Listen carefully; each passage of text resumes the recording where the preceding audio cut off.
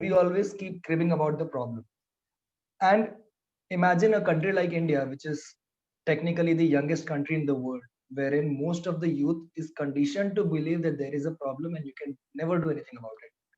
I think Yes. that's a tricky situation to be in. Yeah, And that's when we thought, why not we have a newspaper which can bring solutions to the people, tell them that there is good happening around you. You can just take inspirations, take cues from them, and replicate those good actions. And I think if even 70% or 50% of the population, which is the youth of the country, if they can start talking about building solutions, we are a global superpower already. yeah, that's great. Like, because after all, it's being said that in the coming times, India will be, I think, the youngest country in the world with an average age of 25, 26. So, It's almost on the verge of it by yeah, like we are yes, only 4 months apart, and so we are 4 months technically more. already the youngest country. Already country. So I hope that definitely India will be a superpower and will be surpassing US as well in the coming times. Yeah. How did you come with the idea of the optimist citizen? Like, what was your beginning journey? If you can share a little about it. So the journey was very simple. I mean, my friend Piyush, he and Tuhin were friends for a long time. They knew each other for a very long time, and Piyush was my college junior. Okay. So he always had this thought because his parents were from social sector. He had always seen people doing some incredible work in the grassroots, bringing interventional level changes, grassroots level changes, making life a better place, not just for themselves but for bigger communities, for a larger set of people. Okay. Okay. And he always questioned why these people are never talked about or not celebrated enough. We always talk about, we always find some or the other criminal finding the front page of the newspaper, but not just people who are making lives better for other people. Yes. And that was the biggest driving force of why that's not happening. And when this conversation started happening, we thought, why not we do it? So this is how the original news idea of the newspaper fruitioned. Okay. And it was 2 months when we started. In fact, we were in college, right? So everyone thought it's just a college ki bacche hain, bhul jayenge, Yes. Yes. right? Yes. Yes. Yes. And this is the most common notion everyone thought. And in fact, we were so pumped up with energy, we didn't know how to do anything at all. Okay. Technically, none of us held any expertise in journalism, in content creation whatsoever. I come from a background of biotechnology honors. Okay. Piyush and Tuhin come from economics. So we had no expertise of media, we had no capital investment, we are just pumped up, we want to do something. A lot of people said you won't find sufficient positive stories, you will fizzle out. This entire enthusiasm, this entire energy will fizzle out in 2 3 months, and you will understand that Mhm. this is not going to happen. But trust me, 5 years down the line, we have realized that we can stop for anything in the world, but for the lack of stories. There is so much positive happening all around us that we can cover a positive newspaper every day. We can publish a positive newspaper every day in every country of the world. So that's the amount of good happening around us. It's just that there is a very different attitude of the media around the good news happening around. So Yes, yes, yes, yes, I understand. So, so like that's pretty much about it. with the coming times, I can say like right now there's a much trend of this fake news and the negative stuff that is going around us. In fact, the mainstream media is also, like going on this thing. Indeed. So, what do you think? Like the optimist citizen is doing a bit different, or we can say being standing apart from that thing. Okay, so we never said that we are a replacement to the existing media, right? In fact, I also read all the newspapers, all the regular popular newspapers that you know of. Even all of us, in fact, the entire team reads of all those newspapers. Yes, yes. We never say that we are a replacement, and we don't intend to replace them either. Hmm. The agenda why we started this was that we can actually create a breakthrough in the entire ecosystem of news, making that the mainstream media, the big players in the industry, also start incorporating some fraction of positive news into their newspapers. Right? We don't want them to not talk about the national crisis that's happening. We don't want them to not talk about the crimes that are happening, or the disasters, or the corruptions. All of these are really, really important. But you also want them to speak about solutions. We also want them to acknowledge and celebrate people who are doing something incredible.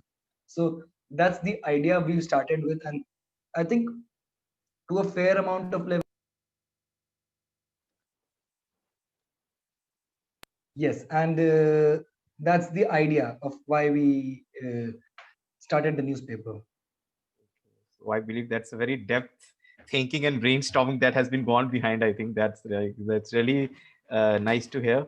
So I just want to know that, like, did you have always from the beginning of your, like, and say, like, from since childhood or from the teenage, that you have an entrepreneurial mindset, or did you develop this during your teenage stage? Like, what was that? Okay, so this is one big question that might come to people always. How do you develop an entrepreneurial mindset? Yes, yes, uh, it's so I don't know why people always jargonize things. I think when you hear the word entrepreneurial, you always think about you are building a company of sorts, you are building an MNC, you are making a Facebook of sorts, and having $1 million startup which is getting funded, getting loads of dollars. I think entrepreneurship in itself is always about solving a problem, right? And this could be as simple as uh, solving something which is very minutely happening in your house. Say for example, uh, tomorrow at your place you have guests coming and you have to make sure that there is ample food for 30 relatives of yours, and some of yes, them have different health issues. Somebody cannot eat uh, sweets, somebody cannot eat spicy food, and somebody will only eat boiled food, right? And you have to make sure that all of them uh, get ample amount of food and are fed like like an important member of the family, and no, everybody is happy by the end of the day. Now what do? You actually try to break down all the resources you need. You try to allocate jobs within your family. Which member of the family can do what part of the job? Who can go out and bring the groceries? Who can cook? And who all can cook what all, right? And which are the things that require most minimal skill set, right? And then you give yes, it to the person who is younger. And this is also micromanagement, right? So at the end of the day, it's always about problem solving. You figure out there's something wrong and you try to fix it and get everything done in due time.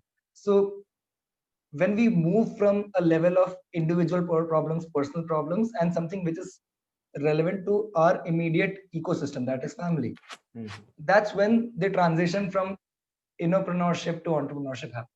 So so we are innately entrepreneurs. We always try to figure out a way around, right? There is one very common word used by Indians. I mean, the North Indians use it all the time, jugaad, right? yes, yes, yes, yes, Right. And yeah, I think entrepreneur for the long haul is always about finding that one fix to something which is troubling you for the longest time. So for us it was negative news and we realized this is troubling us, so what could be the possible solution? We try to build a positive newspaper, and I think it works perfectly fine for us. And you never have, no matter how hard you try, you can never have syllabus for something like entrepreneurship. yeah. Every day it's a new syllabus. Some You remember in school days we used to have those 12 units of physics, and then we used to study 10, and we Yes, used to yes, think yes, yes, yes. these Like we these used two to have a we, set syllabus, I can say. yeah, Yeah. we used to study just 10 units from the entire 12 units, Yes, and we yes, used to yes, think now we know these and we will pass, yes, right? yes, yes, yes, And then come the exam day and we will have 6 marks, 18 mark question from those two units that we skipped off.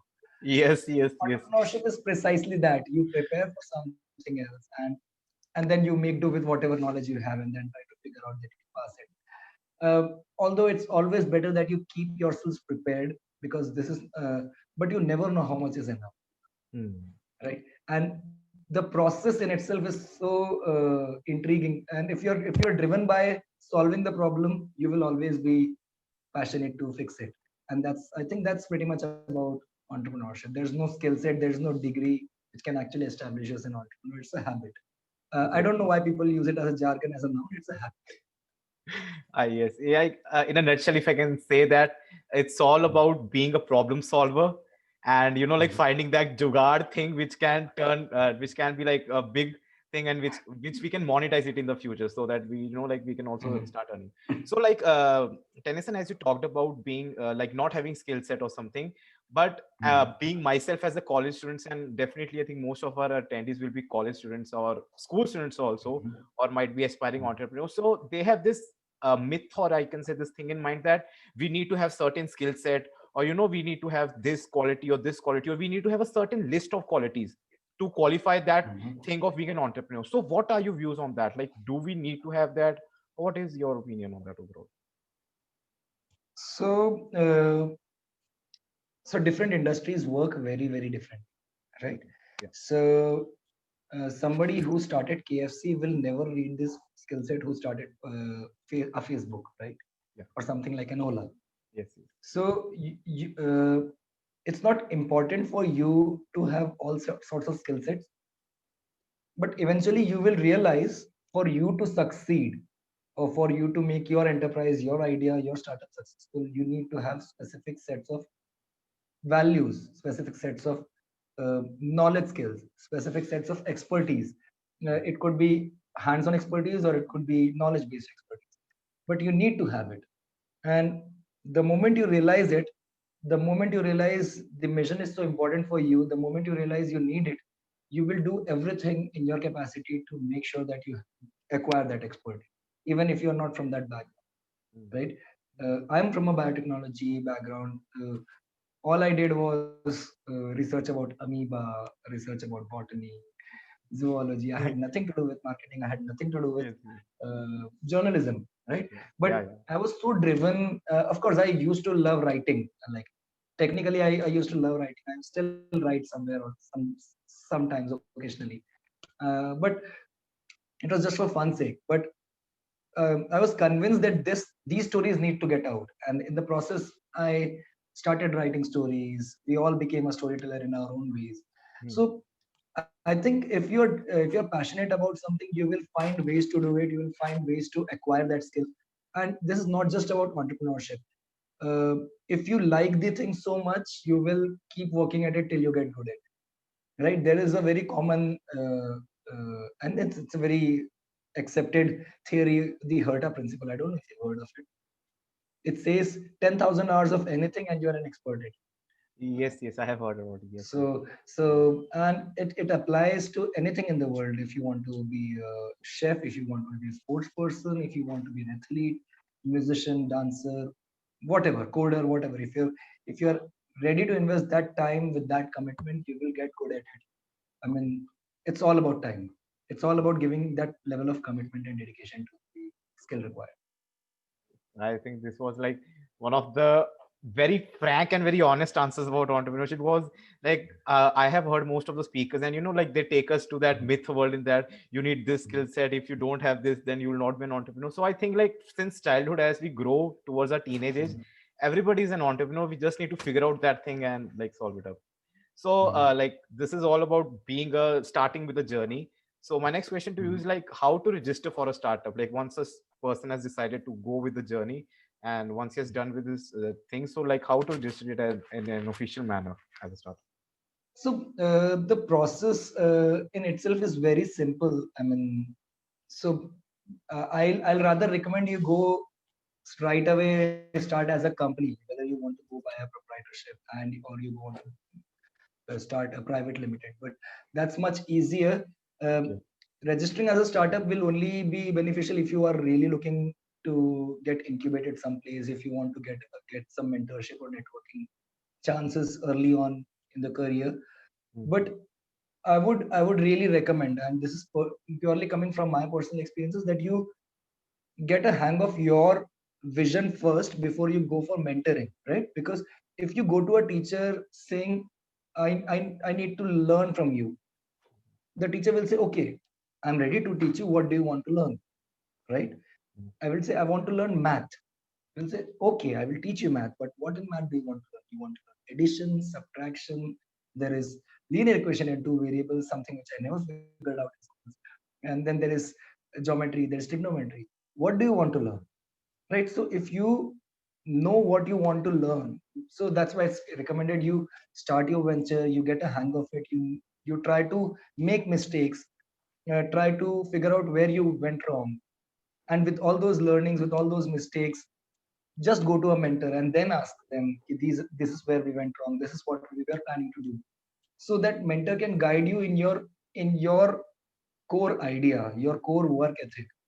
And because that's the best way, because if you before you start off, before you do any groundwork, you go to a mentor, probably it would be a mentor's venture than your venture, and Yes, that yes. won't be the most authentic version of your organization, and in the long run it's really going to be detrimental.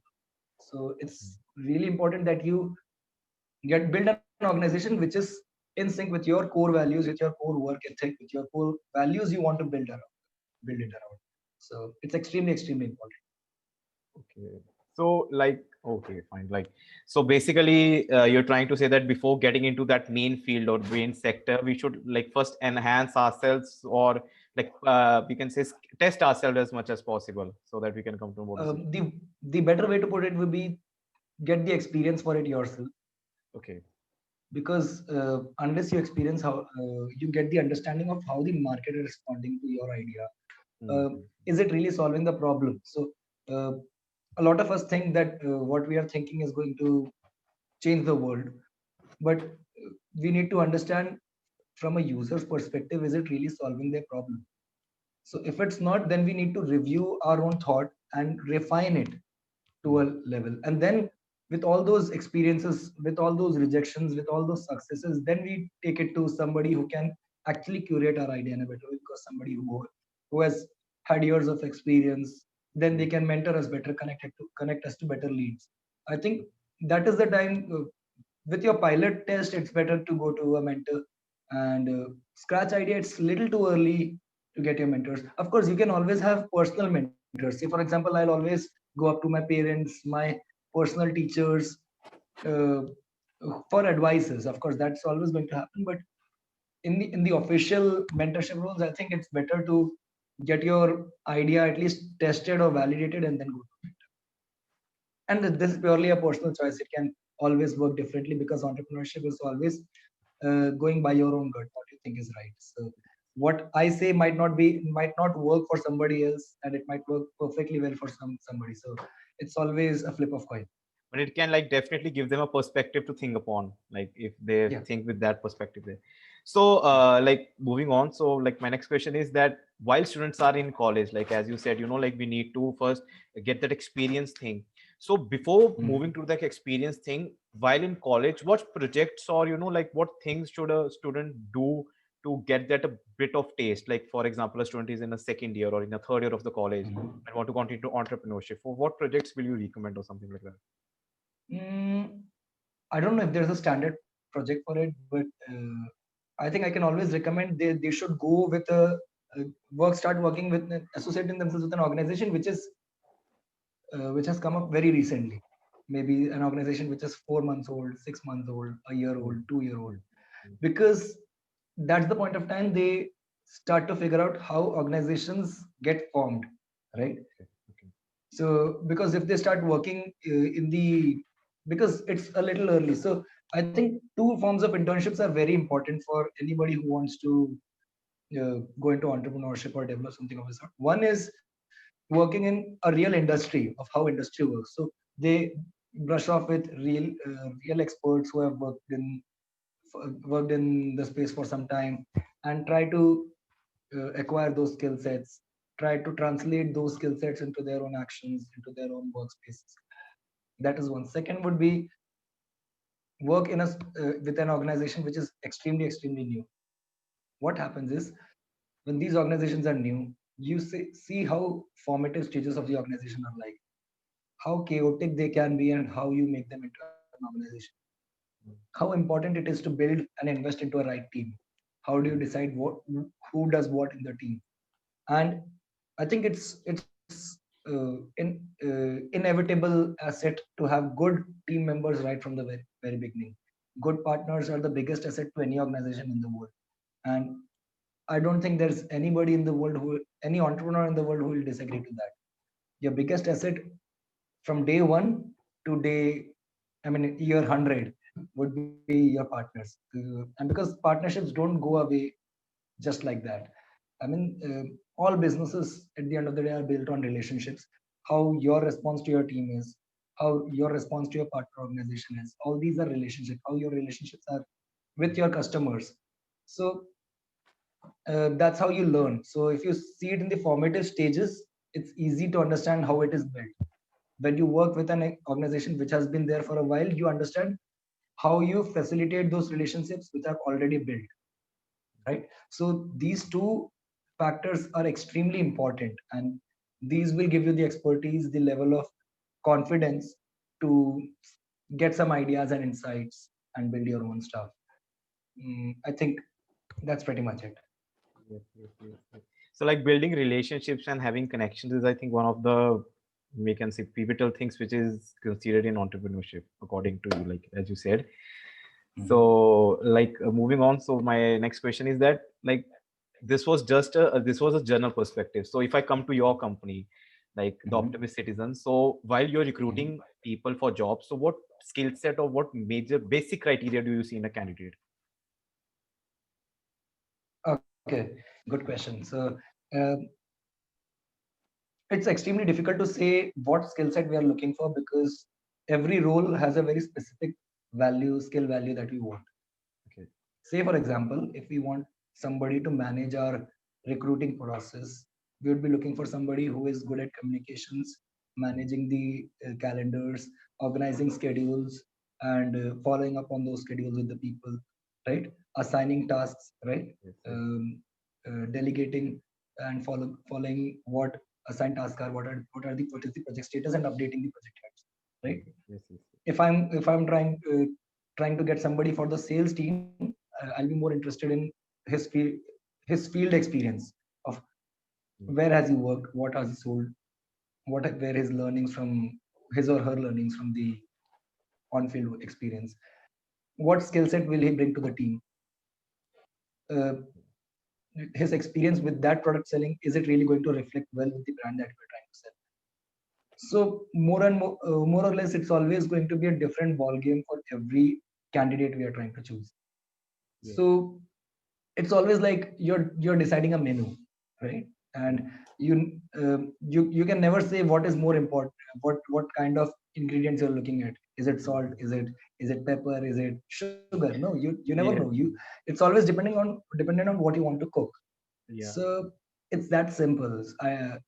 Sometimes we tend to make it extremely complicated with all those words. Somebody needs to have Mm. this skill set, somebody needs to always have good public speaking, somebody needs to really have good level of coding knowledge. It's not always required. If I need somebody to sell a product, he does not really need to know the coding, right? Yes. And if somebody needs to make the UI UX, he does not need to sell the products.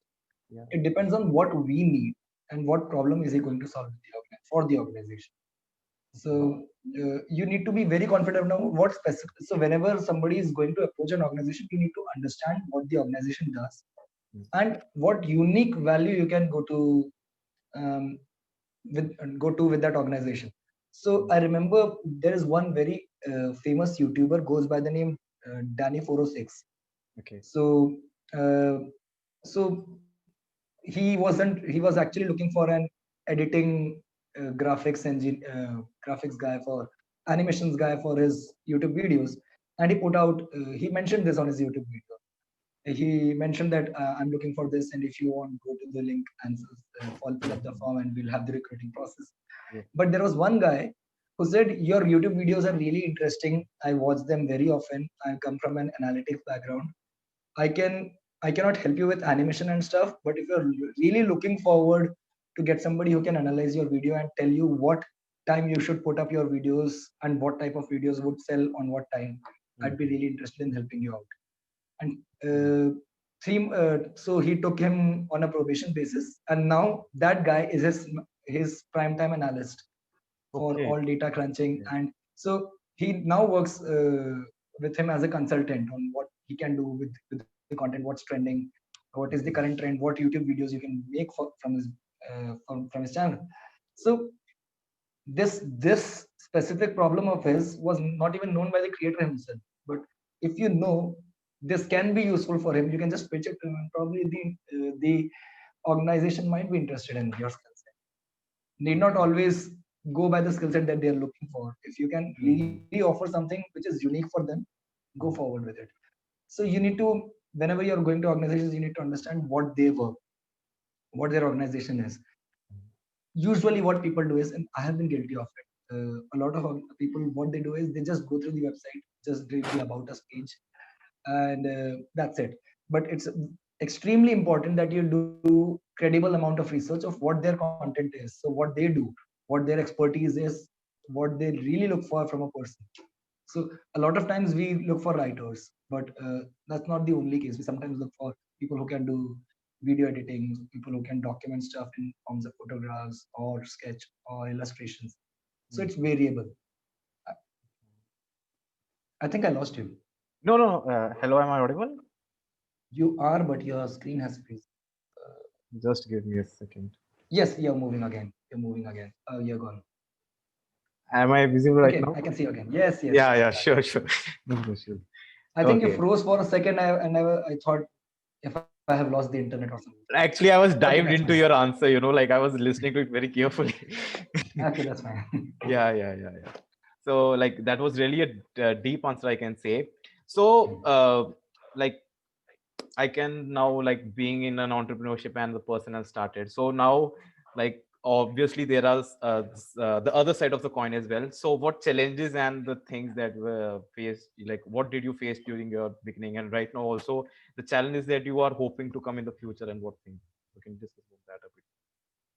So I think it's inevitable for any entrepreneur uh, to not have challenges, right? You solve one, and then because your drive to solve problems is so much that you will always, even if this problem is solved, you'll try to fix another one.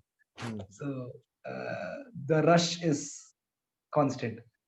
Uh, Speaking from an organization's perspective, like I already said, it's always every day a new syllabus. You are never really prepared for what's to come. Mhm. But I think the first challenge was convincing, and because I personally come from a very humble background, and Yes, uh, yes, yes, I come from a family of people who have worked in the service class. yeah, So it was extremely difficult to make them understand what we're trying to achieve. yes, And yes, yes. because this is no position, right? This is not like you Mhm. are a deputy manager for that. It's not like you're a Mhm. school teacher. It's difficult to explain. So I did biotechnology honors, and then I'm doing something, and the something was difficult to be explained because startup was something which was relatively new to my parents. I don't blame them because at that point, when they were working, this culture was not, this ecosystem was not around, Mhm. and I think this was a little late. This was early 2000, late 2000 that it Mhm. happened in India. Mhm. And in fact, we are still on the verge of seeing the boom of startup culture in India. So I think it holds a lot of promise. I mean, maybe 5 years down the line, there will be so many innovations happening all around the country, and like we can be the next startup hub Mhm. for the world. Mhm. So it was a little difficult to explain to families, relatives, but although Mhm. they were not convinced with the idea, but thankfully they were very supportive. Uh, Nothing dramatic happened at my place. I mean, like they didn't ask me to go out of the house. They didn't say, okay, we won't keep you. Nothing of that sort happened. They Yes, were yes, extremely supportive, but um, a lot of speculation constantly, purely out of concern, used to come from them. mhm. How it will happen? Are you going to earn money? When is this salary coming? Is it coming or not? And these are very common man questions which any parent will ask you. Asking. Um, and especially because we are coming from a family who had no experience in business whatsoever. Mhm. So because we have been conditioned to having a salary coming in, a payroll coming on the first of every month or the second of every month. So changing that mindset was a little difficult, right? Because it was not so our organization was not even an NGO. It was not like, it was not that we are getting donations, we are getting grants. So Yes, yes. a private limited, but you're still not getting a salary. It was a little difficult thing to explain. Mhm. Secondly, a lot of people said, okay, you will not find positive stories. This is difficult to sustain. Uh, Mhm. so these were initial challenges. In fact, uh, we thought that it would be difficult to find positive stories. But within 3 months, we realized there is so much content we can publish a newspaper every day just from the city itself, just considering the stories that are happening within the city. The only challenge we were having was that we had no capital investments. In fact, till date, we have not had any external fundings, external capital. We have been bootstrapped right from day one. 5 years down, we are still bootstrapped. We have no capital investments coming. The challenge was hard sometimes. Uh, to be honest, it was extremely difficult to go forward with the thought that we have zero bank balance, and we have had it. We have had it. I won't say it's always rosy. It's always good. It was difficult, but I think the best part about all of that was we had a good team. We have been more like family, brushing each other's back, saying, "Okay, we have got this. I've got you." Of course, so sometimes, often, even if we are running the Optimist Citizen, it's very natural for us to feel bad about things not working well. So somebody will take the load of taking the pressure, soaking the pressure, and bringing the cheer to the team back. So we, as co-founders, we as teammates, have always tried to anchor each other, try to be the soaking pad for in times of stress and tough situations, and that happens in every team. I think even if, because IPL is trending, I can still hear the commentary coming in, and that's what happens in the cricket dream too. Sometimes you are having an off day with the bat, and the partner on the other end would start go blazing on all the bowlers, just because he understands you need time to fit in, and then when you get into the zone, you can start hitting your boundaries as well. So it's pretty much the same game. So challenges will keep coming, but I think with a good team, you can always circumvent all of them. Okay.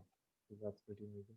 So, like as you mentioned about the team, so I'll there's a question that I really wanted to ask. So, what do you think is the role of having co-founders in an organization? Like being a founder and along with having a team of co-founders. So, what do you think? What importance do they play, and how well is that partnership in an organization plays? Okay, so with extreme honesty, brutal honesty. We never thought of the term co-founders when we started. We were all friends. Okay. We had known each other for a very long time. We didn't even know what co-founder was. Okay.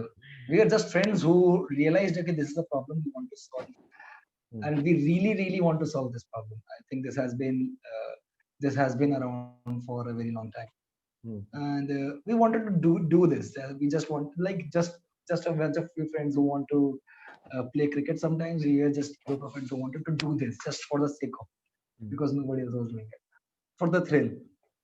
And that's how we started. We had no expertise of how companies work, how organizations should work, what corporate culture should be like, what work culture should be like. We have no expertise. I think co-founders, you really don't know what who would be an ideal co-founder is until you are really confident, really sure about what you want with the organization, or what you want in your teammates. For us, the biggest asset was, we all of us, from the back of our head, we were very convinced about the mission that we are trying to. Our agenda was clear. We want to bring out positive stories, which is going to inspire people to take positive actions. And we have differences. We still have differences. In fact, sometimes amongst the three, sometimes two of them would be having extreme sets of opinions, and the third one would be trying to mediate. And it happens with every organization in the world. But all of us, going back home, know that all of us love the mission so much that we speak passionately about the mission and want to make this happen. So I think the biggest thing we need in co-founders should be the same paging of passion of the mission that we want to achieve. So sometimes it might partially deviate in the way, in the manner you want to execute that vision. But if the vision is same, if you want to do it in the same way, the end goal is same, I think that's what you look for. Sometimes only in very extreme situations, you might need to part ways with a person who has a different pathway of executing your vision, and that's extremely rare, because if you share the same vision, more or less, you will have the same way, same manner, or even if the methods are wrong, the core values of executing those methods would still be the same. So the only deflection happens when there is a difference of value sets of executing those plans. So first thing would be how much do they value the vision. Second thing would be uh, how much shared values would they want to execute together in the plan. Third, how much do they want to persevere? I mean, how much do they want to, like, how much they are ready to give time to it, like. So we were very sure, like, we are trying to do this no matter what, jitna hoga dekh lenge, but we will do it. So Right. I think that's still the agenda. Whatever happens, we are trying to make sure this happens, this works. Yes. So so nobody really knows how long are things going to last, but as long as you have a set of co-founders who are confident that they are going to do this no matter what, that gives you one set of thrust, okay, an impetus, a moral impetus to continue going and continue doing what you want wanting to do. Okay. So like basically having a friendship of like amazing people and starting a company as a thing, many people aspire, and like I definitely assure this thing, like while listening to your story, many of our attendees will get a motivation and they'll also like excel in this thing. So my next question is to you regarding internships. So like many of people, and they say that if you want to get a taste of the corporate sector, or like if you want to get a bit of that, you should do internships. So a person who has just graduated or like might want to get into internships, so what categories or genres would you suggest for an entrepreneur to get into internship?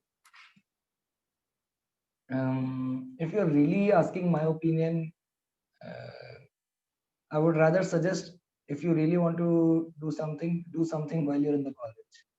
Like, start something off. It might, you might probably end up not continuing it after college, but just to get a hang of it. Uh, Internships, yes, you should try to understand and gauge how workspaces function, right? You also need to understand how industry functions. But if you want to get into entrepreneurship, just try something. It could be very microscopic. You don't need to build a colossal level Amazon or Facebook. You can just create something very small, which has a very small target segment to cater to. Just try to understand how it functions. It could be something as menial as having a new society within your college which executes a particular function for a particular period of time, and try to do it consistently, try to get it executed as per your plan. So in the process you will understand how do you ideate and how do you execute your plan to perfection. Because idea, so a lot of people who uh, build startups, aspire to build startups, often think that the idea is everything, but trust me, it's not. You might have dozen ideas already which can be $1 billion company, but unless you execute it to perfection, there's no point building that startup. So execution is everything. Execution of the idea makes you a bigger company. So I think we have had companies doing it for the longer run. I mean, we take examples of Android, we take examples of Google, Facebook. Like, they were not the first people to do it, but they were the first people who executed it to perfection, and that's why they have stayed for so long. So, and we pretty much, history has explained it. Like, the biggest leaders in any industry were not the first people to do it; they were the first people to execute it to perfection. So it's always the execution about the idea that makes you a successful startup, and not the idea in itself. So if you have a great idea, brilliant, that's just half the job done. And the bigger part of the job and the more difficult part of the job is execute that idea to perfection. And that's where I think, the when we say 99% of startups fail, that's where the startups fail, not the idea in itself. So you have also been featured in Forbes 30 under 30 Asia. So that's really like a nice thing, and so congratulations to you. So Thanks. can you just share about the experience about that a little bit? Like what was the Okay, to be feeling? brutally honest, we didn't see that coming happening. Okay. So we are we if I can be extremely honest with you, we work from a 10 by 10 office. Okay. So Okay. we have a very small office. We are just 4 people in the office who are Mhm. working full time, and then we Mhm. have a set of contributors and interns and writers and contributors from different parts of the country. Mhm. So uh, when we are just 3 years old when we were asked to fill up the nomination form. We were actually wondering. We just filled it because we thought, okay, somebody asked us to fill this. This is a matter of privilege. We didn't expect that we will get featured in the list. Okay. We filled it, and we almost forgot because we filled the form in September. The results came out in April. Okay. So I think I have mentioned this a lot of times to different people too. The list came out on 2nd of April, and Okay. all of us, all the co-founders, are extremely huge cricket fans, and Okay. more so Dhoni fans. Oh. So that very morning, I called my co-founder and said, "यार 8 साल हो गए धोनी ने छक्का मारा था." Uh, And so we called that very morning. Called him. Said, "It's been 8 years. We have won the World Cup. Let's hope we win this time as well." Uh, hmm. that was the first conversation we had on the day. Okay. And Okay. okay, we did know this. The list has been revealed, and we had no idea this was happening. Hmm. And the third co-founder, so just called us up and said, we got featured." Acha. And our immediate question was, where? Like, Forbes under 30 years. You're Uh, kidding, right? I'm like, no, no, this has happened. He sent us the link, and we're like, okay. Next thing, I send it to my closest friends. I'm like, hmm. "Hey, I got featured in Forbes under 30." Like, Hmm. dude, April 1st was yesterday. It's over. Like, you didn't need to play the April Fool's game here again. Like, no, no, this has happened for real. Uh, The experience was beyond words, to be honest. okay. Um, my family, who are always inquisitive about what's happening, suddenly they started a lot of media attention coming to what we are doing. A lot of people started talking about it in the Hmm. city, around the city. Hmm. Uh, a lot of good people with credible backgrounds, Hmm. um, they started acknowledging our work. Hmm. A lot of it changed how people started perceiving us. So until then, we were just perceived as few college students who were just enthusiastic to do something, uh, Yes. and this will fizzle out. But once this happened, people started taking us very seriously. They knew, okay, these are people who want to do this for real. This is not just a voluntary project.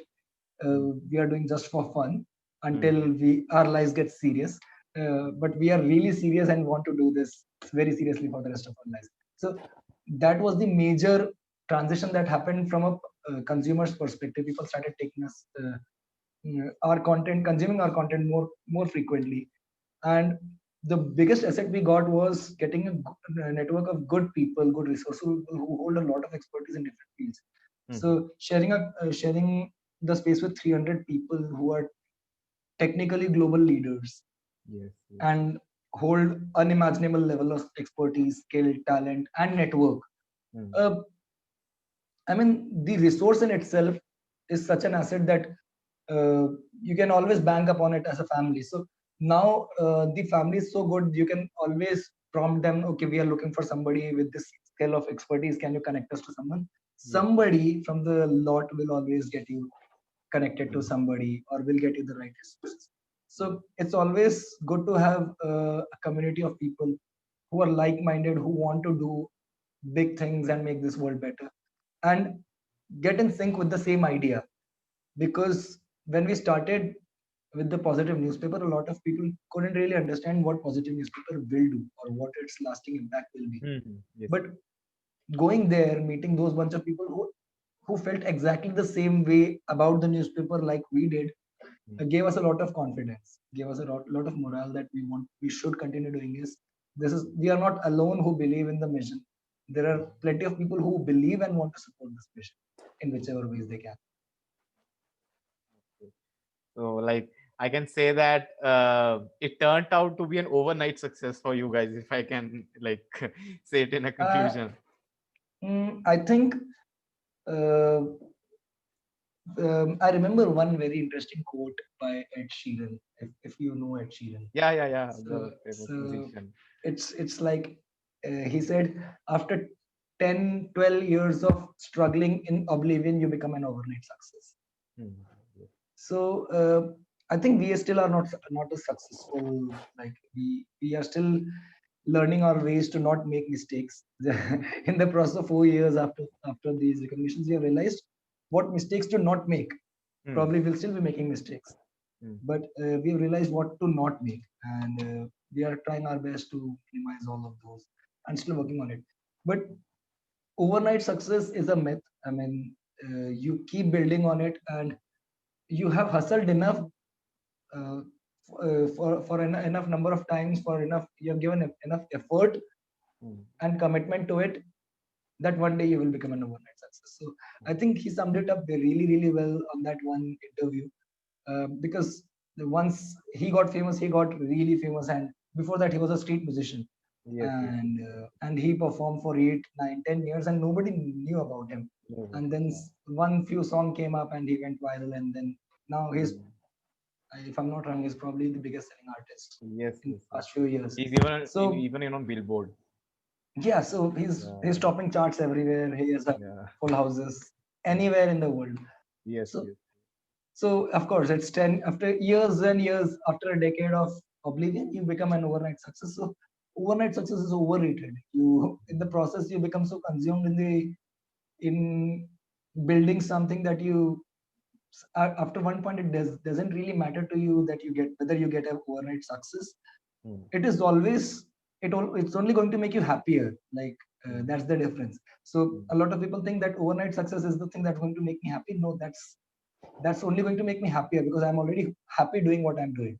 So Yes, it's just going to be an add-on. add-on. It's not my driving force. So, and it should never be. That is the driving force. Probably you are getting the vision wrong. So I think that's how it has worked for me. It works differently for different people, like I always. Yeah. So earlier you mentioned a bit about networking. So can you just tell me, like, in the sector of entrepreneurship, how important is networking and how can one improve that? Okay, so networking, uh, nobody would disagree that networking is perhaps the biggest asset you will ever have. But one fundamentally flawed conception that people have is that you need to go to big events to have networks. You need to always get associated with groups to have good networks. Uh, Trust me, people don't even use their personal, family, school, college networks to the fullest. If they did, you'd still be ahead. You'd still be successful. You don't. So we have this common notion that somebody from the outside will be solving our problems, will be having resources to solve our problems. It's extremely important for us as individuals to realize that there are people who have really tangible solutions within our personal networks, right? And this coming from my experiences, a lot of time we were trying to figure out somebody who will solve this specific problem for us and get us these resources, get us connected to these networks. And eventually what used to happen, it used to happen through our personal friends or a friend of friend Yeah. or somebody from our parents direct point of contact, right? So we need to understand that the resources we already have are in itself very efficient, extremely efficient. If you know how to tap into your personal family's network, your family's family relatives, and your school network, your college network, I think you are good to go for a start. At least for the first 2 years, you are really good to go. A lot of us included, were really bad at it, and I think this is one mistake we made. I mean, nobody else should do it. That's why I'm being blunt about our mistake. A Yes, lot of yes. people really shy away from saying that about speaking their mistake, but this is a part of the game. You will make them, and you will learn from them. So we did it for the first half. We were really shy about telling about this concept to our friends, relatives. We thought they will never understand, but we need to make sure that we communicate it to them whether or not they believe in it, but we need to communicate it to them. Sometimes they'll connect us to the right people at the right time. Yes. And because say for example, if I'm running a purely positive newspaper, now when my school friends come across any positive news anywhere, they prompt me that moment, get me connected with the numbers. I do the story, somebody from the team does the story. But that would have never happened had they not known that I run something like this, right? So Yeah. now the entire school network knows if they get a positive story, they have to respond to this number or this email ID, right? So, and that happens likewise in my college too. So it has never been difficult for us to find positive stories since the time we started making use of the existing networks. So a lot of people always think you need to go into a startup conclave of sorts, a Mm-hmm. seminar, a session, get into really cool groups. I Yes, yes, extremely value all those groups, but you need to also understand where you will utilize those networks, right? yes, yes. And how you get that skill is starting to make most of your existing networks. Mm. It's extremely undervalued. You need to try tapping into your family might have tons of people who will give you the right resources to figure out your own personal problem, Mm. but you are reluctant enough to ask. So that should never happen. I think the family is the best first place you can ask for and commit mistakes. So Yes, yes. And that's one of the safest games we can ever play, because after all, like asking out to families, and like it's really one of the closest things that we can do. So, also like, it's it's extremely, I'm so sorry to yeah, yeah, cut you sure, off, sure. it's No, also no. extremely difficult to convince your family that you're doing good. So Yeah, that is the also one. constant hustle to Yes, convince yes. them that you're doing good, so sometimes it's tricky, but you need to try as much as Yeah. possible. Yes, yes, yeah. Like being convincing to family is one of the hardest things, I think, like which we can relate to. So, like, since you are the co-founder of the Optimistic Citizen, so can you just tell us about a day in the life of a co-founder, like from morning till evening, what's your schedule like, and what's your routine like being a co-founder? One word: impromptu. uh, Okay. so uh, it is some so you plan your day. Okay, a morning I'll be doing this, Mm. afternoon I'll be doing some other activity, evening I'll be doing something else. Mhm. You plan your calendar and you Yeah, sleep yeah, off. yeah. Next morning you wake up, something totally different comes up, and it's immediate, it's urgent, it's firefighting. You have to do it, you have to solve it then and there. Yes, And yes. then everything else goes into pipeline. You have to micromanage, you have to multitask. Mm. That's pretty much how a day of a co-founder is like. You have to multitask, you have to micromanage. Yes, yes. uh, this should never be recommended, but most of your life goes impromptu if you're into startups, Okay. especially in a founder co-founder. uh, Mm. it's We are still trying to get a hang of it, how we can organize our days to the fullest, because these are things that you never see coming, and this will suddenly come out of the box. And say for example, a sudden bug into your website, Mm. and now you have to fix it because website has to be live all the time. Mhm. And this was something you didn't prepare, because you had to talk to members, you had to talk to a new subject, or probably you had some campaign running, or maybe you were planning some Instagram live marathon, but Mhm. none of that is happening because now you have to fix the website. Or Mhm. even if you are doing the Insta live, you have to fix it, or maybe delegate it to someone who can fix it while the Mhm. time and meanwhile all these functions are running parallel. So juggling is one part of it, but it's extremely important.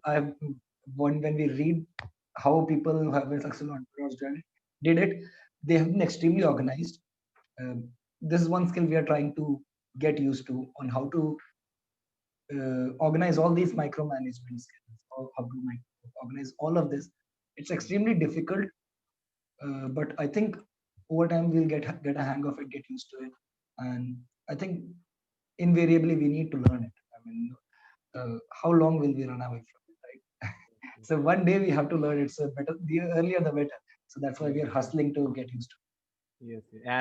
And I think one famous quote has also written that life is a continuous learning journey. Like it. learning is a continuous journey. So I think that's the nutshell I can say. So that's it for today's session. So thank you so much, Tanison. It was like really amazing to get an in-depth, guidance about entrepreneurship. So now Mhm. we'll be having the Q&A session. So guys, if you have any questions for the session, or you want to ask to Tanison, you may drop it in the Q&A box. So yeah. Okay, they'll be dropping in the Q&A, or will they be asking right No, no, actually they'll be dropping in the Q&A box, so I'll be just getting them from here. So, oh, surprisingly, before the webinar only, we have got pretty much of questions. So yeah, away? the first question is that from Rajat Rathore. He's asking that Mhm. he wants to know that how to detect a problem and how to solve it, like when you are in the field of entrepreneurship. Okay, so if you have to think really hard to detect a problem, probably that's not a problem. It's as simple as that. Okay. So if you have to think really hard to figure out whether it's a problem, then it's not a problem. So it should be very evident. Say for example, I'm feeling really hot at this point of time in the room. If my fan is not working, that's a problem, right? But if I'm not sweating already, it's not a problem. I can do it, right? So if it's making you think hard whether it's really important, uh, so a lot of times for startups, I think you need to think how big is the problem that you're trying to solve. How, like the proposed solution, how big is the population? Is it going to really benefit? So that's one very specific answer to it. Problems can be anywhere. It can be about sustainability, it can be about environment. COVID is everywhere. New ways of living. Um, Everyone is getting used to a lot. There's a lot of transition happening. I think this is the best time for any startup to begin, because betwixt these transition, a lot of organizations, a lot of people really need somebody to facilitate the transition happening. I think that's where a lot of digitizing experts, digitizing consultants can get into play. This is just coming from the top of my head, but plenty of ideas that can be really executed. Okay, that's pretty amazing. So I think definitely you might have got the answer. So the next question has been asked by Ayushi Nayak. So she's asking that how did you guys find out like stories to publish? Like what was your main motive behind finding those stories and getting them published? Like since you're a team of three. Okay, so core team is of 4 members, Okay. but we still have a lot of contributors from all over the country.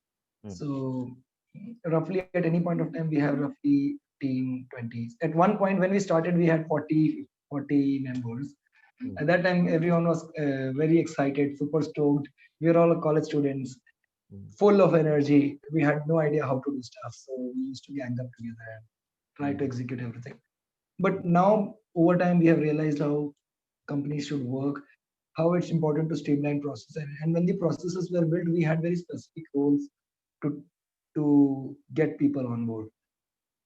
So how we find stories now, by now we have already covered somewhere around 2000 stories. So we have already built a sufficient database, sufficient network of people who will always prompt us with good stories. We have collaborated with right set of partners, like I've kept mentioning how important is it to partner with good people.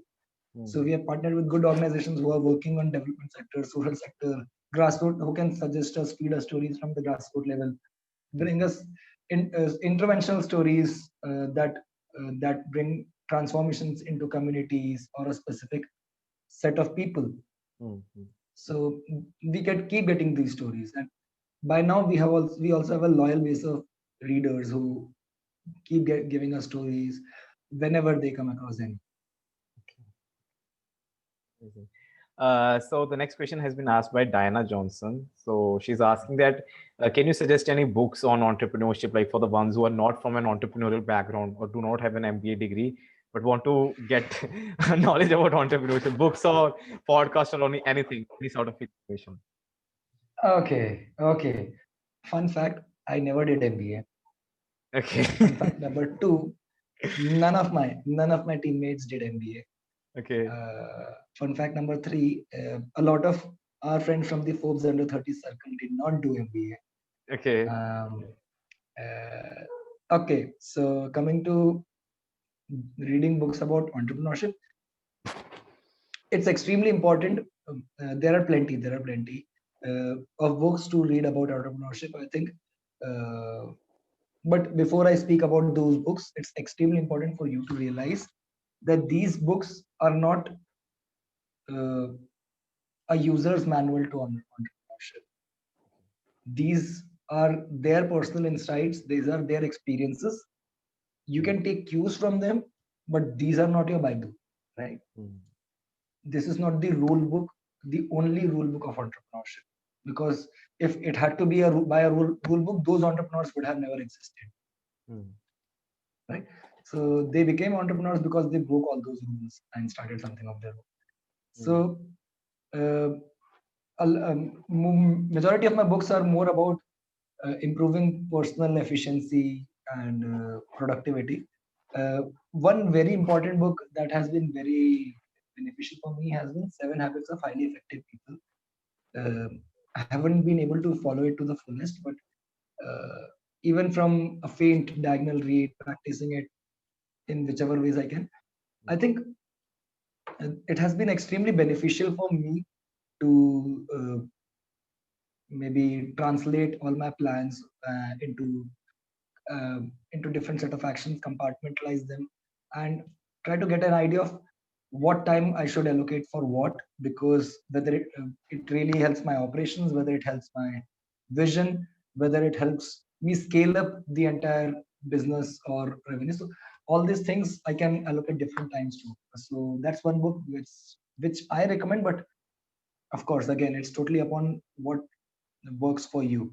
And it's really important. I prefer listening to podcasts of different entrepreneurs, and more so of Indian entrepreneurs, because Indian ecosystem is very different from the American ecosystem or anywhere in Europe. So because that gives us really good insights of how things work here, how uh, investors get interested in you, how marketing works, how the consumer market responds to different things here. So that's why I prefer listening to podcasts about Indian entrepreneurs, preferably. So yeah, that's pretty much it. Okay, that's pretty amazing. So the next question has been asked by Aditya Singh. He's asking that what are some of your major learnings or mistakes like you wish that you could have avoided or the ones that you have learned from? Okay, you want to tell me the mistakes I made? There's a list. Like or you There can is a say the long learnings. list. There is a long list. No, no, I don't shy away from saying it. Like, Yeah, we have made mistakes yeah. because we came from we came from different sectors of education, right? Yes. Um, so for first thing, I mean, we didn't really know how organizations work. Hmm. So for the initial phase, maybe 6 7 months, we are still trying to figure out how the compartmentalization of work would be, how the delegation of work would be. Hmm. I think it would have been really helpful if we had a fair share of experience of working with an organization prior to starting this. But like I said, we were in college, we were just doing this for fun that time, and then we got serious and then we started doing it. Hmm. So we could have tried having some experience working with an organization, understanding how the dynamics of an internal office works, Hmm. right? Because outside the office everyone is very chilled out, everyone is having a cup of tea, talking about cricket, politics, and everything in the world. But how conversations happen, Hmm. how why we need to be serious, and how important it is to stick to a framework, stick to a process, uh, was some learnings we got. Secondly, we never for initial phases of our startups, we never invested a lot into creating processes, right? Hmm. It was Hmm. always about getting the job done. Hmm. So so I think uh, the problem with that was you could never delegate it to somebody else. So if you make a process, it was always easy to hand over that specific role to somebody else. Say for example, if I have to publish one story, Yes. right? Yes. Yes. Now I come across one person, and I do his interview, write his story, make the entire design stuff, and put Hmm. it on the website, Yes. right? Yeah. Like it would have made more sense. Okay, I can get the job done in 48 hours, Hmm. right? Or maybe 24 hours. Yes. Yes. And if I'm extremely good at it, maybe 8 10 hours, Hmm. right? So, but the problem with this entire process is I can only do so much, right? I only have 24 hours. Hmm. But if I make a process wherein there is wherein I build a process of scheduling interviews, recording those interviews, transcribing that interviews, getting those tasks allotted to somebody, and then Hmm. getting those edited by somebody, getting Hmm. somebody to design the stuff, that entire process is set. Now all this cycle can happen 10 times within the same day Okay. with different set of people. So for the earlier part of it, we were the clerk, we were the paper boy, we were the CEO, we were the CFO, we are the CMO. Uh, uh, we were practically anything and everything a company. We were the clerk who used to open the gates. Yes, ताला भी yes. हम ही लगा रहे हैं, paper भी हम ही फेंक रहे हैं. So we used to do everything, sir. Yeah. But after one point, we did realize it's important, it's essential, it's quintessential that we invest our time and energies into building process, because that is the only way you can scale up what you're trying to do. Because if you want to scale up, you have to build a process. Unless you build a process, you cannot scale it. So guys, we'll be taking only last two questions. So if you guys have any more, you just drop in. So there's this question from an attendee. He's asking that in the path of entrepreneurship, there are many hardships and struggles that we have to go. So how to keep our mind consistent and focused on that goal? Like how to be on consistency, how to maintain that consistency basically. Okay, so I'd rather I'd be unfair to you guys if I say there are no hardships coming in startup and you don't feel bad about challenges that you're facing. You definitely sometimes things don't really go out as planned, and I mean this is not just for entrepreneurship. Sometimes even if you're, say for example, even if you're playing a cricket match and you lose a cricket match, you feel bad, right? I mean, if you were in school, you are you have a football team and you're the captain, and you didn't score a goal and your team lost 5-0. I don't think you would really be kicked for the entire day. You will really feel bad because you were the team's captain. You wanted the team to win. Of course, it won't stay with you for a very long time, but it's a part and parcel. You grow up and you try to make sure that you don't lose the next match. But that will always happen. Those setbacks will always happen. And how you keep yourselves motivated is, I think you fall in love with the process a lot. uh, I think this is something we learned over time, but the earlier you learn it, it's better, because if you're result centered, you will stop once you get that specific result. But if you are process centered, you will continue to do even if you have achieved this specific result. So that's how it goes. Cycle will keep going on, and you will enjoy the entire workspace, even if the results aren't coming your way. So if you fall in love with the process, so for me the biggest kick is talking to people who are doing something phenomenal. Like very recently, barely 5 days back, I talked to a lady who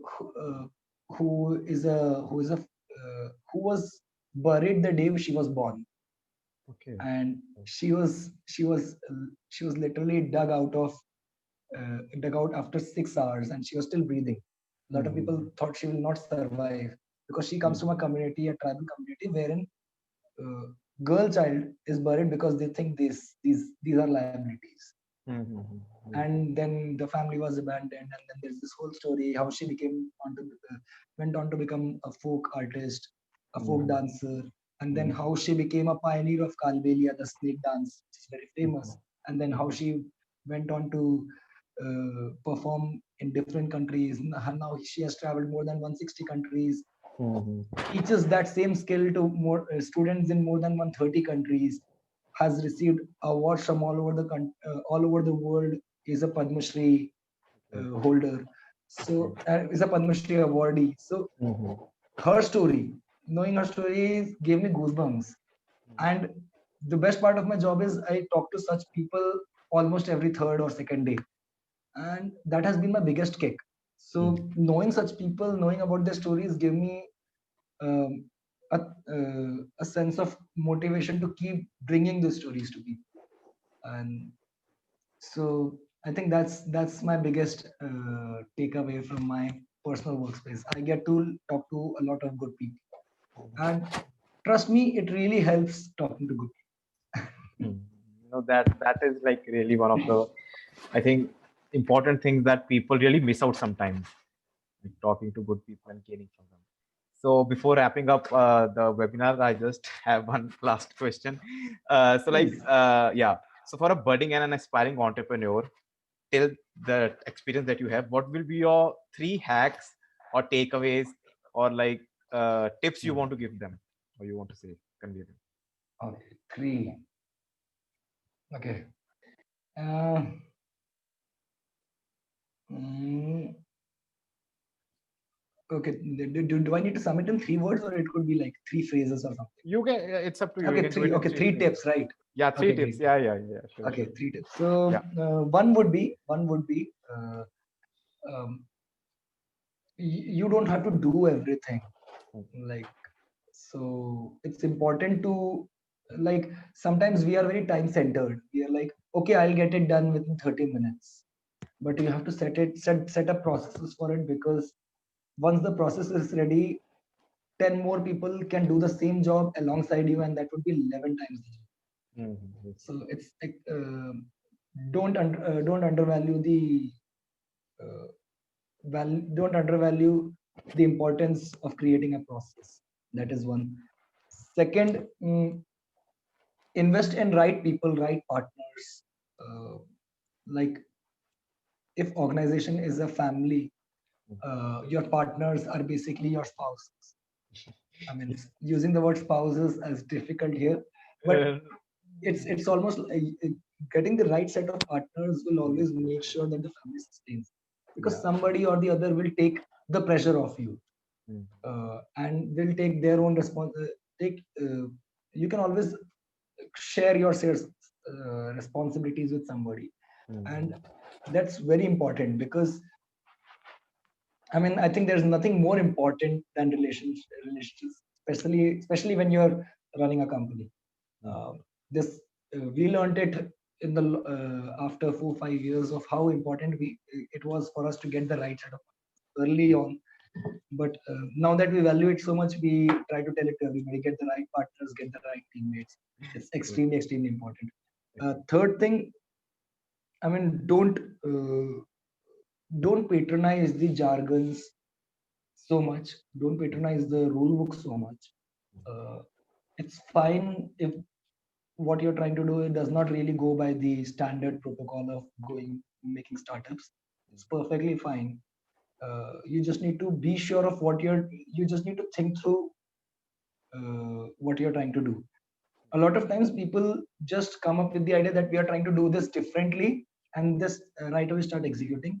mm, It sounds very adventurous, but if you're running a company which has liabilities and has a team of people you have to manage, it's advisable that you mm, at least do some sort of uh, pre-planning on how it will pan out, what are your alternatives, what are your contingency plans, mm, um, and try to assess all the risks that are going to come if this mm, does not pan well. mm, Um, so it's important, and it's recommended that you try a pilot before you try to roll out the big plan. But of course, a lot of entrepreneurs, even the likes of Elon Musk, just tries to go all guns blazing with a random idea he gets. That's his way of doing it. But yeah, if I was the one, I would rather try doing something on a small scale at mm, first, and then if it works out really well, then I'll fix the shortcomings and then all go all guns blazing. So these are the three things. that was Make that the was pretty processes good. right. Yeah. Get your right partners and teams. Don't patronize existing methods of creating startups. So yeah, that's it. So that was like really deep, and I hope that each and every of attendees or aspiring entrepreneurs might have got motivated by this. So thank you so much, Tanison, for such an amazing webinar. It was really glad having you, and I really hope that all the attendees might have got some really insightful information about entrepreneurship.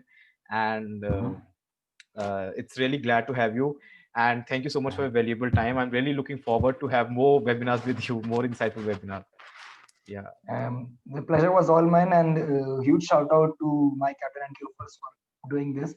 Yeah. I hope you reach out to more people, and in fact, I think the work that you're doing is immensely required at this point of time, because in times of pandemic we have realized how we can create our own enterprises. I mean, this is a thought which has come into everybody's head at least at one point of the lockdown.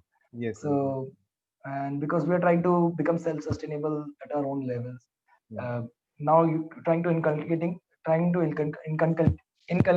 oh sorry, trying to inculcate that habit. into the minds of college students and school students. It's Yes, extremely important. So the work that you guys are doing is really incredible. Congratulations for the phenomenal job, thank you so much. and I hope you continue doing so. And of course, I would love to stay associated for a long period of time. Thank you so much, and best wishes to you as well for like the Citizen newspaper. I'm definitely Optimus hoping, Citizen.